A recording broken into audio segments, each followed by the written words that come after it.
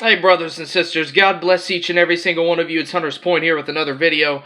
Breaking news as of about half an hour ago. According to the Jerusalem Post, there has been an emergency unity government that the two Benjamins have signed and put together. Israel will soon have a new coalition agreement after an agreement was signed on Monday evening, Jerusalem time of course, between the Likud and the Blue and White, putting an end to a 17-month political stalemate that resulted in 3 failed elections. As part of the deal, Prime Minister Benjamin Netanyahu, who has served as the caretaker prime minister since December of 2018, will remain prime minister for another 18 months and will then be replaced in October of 2021 by Benny Gantz, who will serve currently as the vice prime minister to Netanyahu until then. And if Netanyahu leaves the prime minister's office sooner, Gantz would already take over in the event of that. Netanyahu has said, "I promise the state of Israel a national emergency government that will work to save lives and livelihoods of Israeli citizens."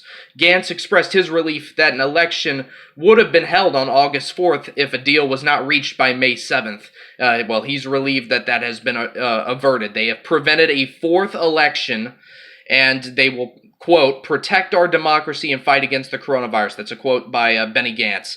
U.S. President Donald Trump's peace plan, including its clauses enabling Israel to apply sovereignty in Judea and Samaria, will be able to be implemented in July when maps are set to be finalized as a part of the Peace to Prosperity deal, also known as President Trump's Deal of the Century peace plan. In a controversial clause, both Netanyahu and Gantz will have the right to an official residence fully funded by the state.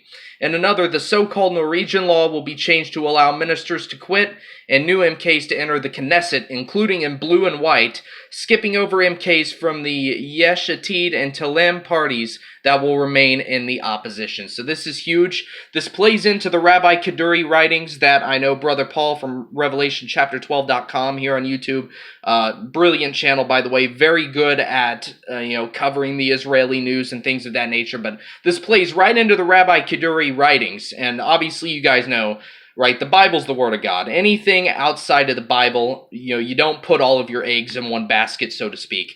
But I think it's funny how the Rabbi Kaduri writings are, being fulfilled line after line, right? Now you have the two Benjamins fighting over power in Israel, and of course, 17 plus months of no government.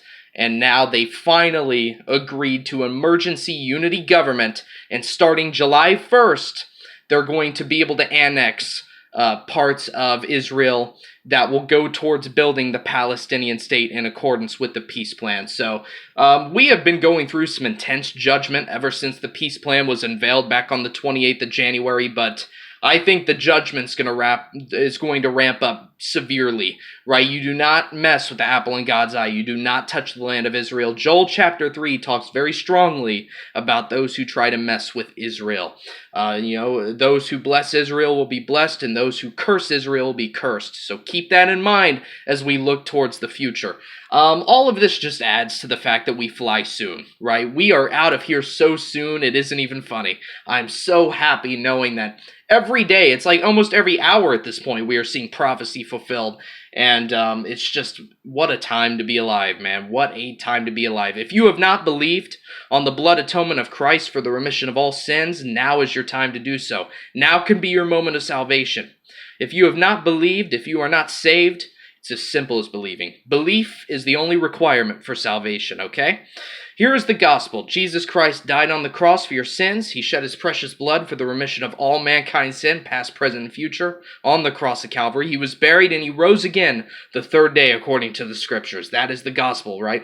For God hath commended his love towards us, and that while we were yet sinners, Christ died for us. Romans 5:8. John 3:16. For God so loved the world that he gave his only begotten Son, that whosoever believeth in him shall not perish, but have everlasting life. In the nanosecond you believe on the gospel in your heart, you are indwelled with Holy Spirit, whereby you are saved and sealed until the day of redemption. Ephesians 4:30. That verse alone proves eternal security. What a time, man. Sometimes it's hard to wrap your head around all these things that are happening at once. It's just amazing. Absolutely amazing. It makes me wonder what's going to happen tonight, what's going to happen tomorrow, and the next day, and the next week. It's just It's unprecedented, the times we live in. So if you have not believed on Christ, now's your time. I gave you the gospel. I think I'm going to go ahead and call it a video. If anything else breaks, anything major happens, I will be back on. Otherwise, the plan is to be back on here tomorrow, right? Should the Lord tarry is coming. Otherwise, God bless y'all.